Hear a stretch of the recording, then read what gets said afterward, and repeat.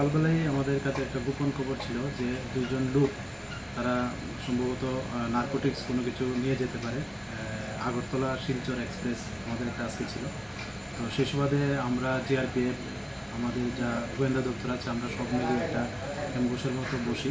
আমরা entrance gate plus parcel gate আমাদের loading unloading হয় এখানে সব জায়গাতেই।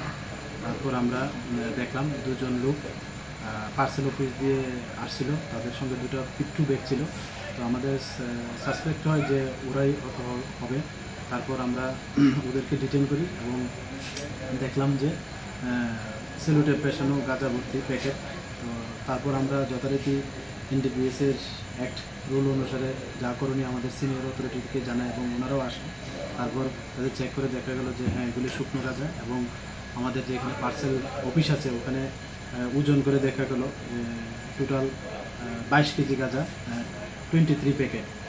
তো এদের মধ্যে একজন হলেন বিহারি আর আরেকজন হলেন সোনামুড়া বাড়ি আমাদের শিবাজলা ডিস্ট্রিক্টে, যিনি বিহারি ওনার কুন্দন রায় 27 বছর, ওনার বাড়ি বিহার। আর আরেকজন হচ্ছেন মফিজ মিয়া 25 বছর, ওনার বাড়ি বরপাতর সোনামুড়া থানার।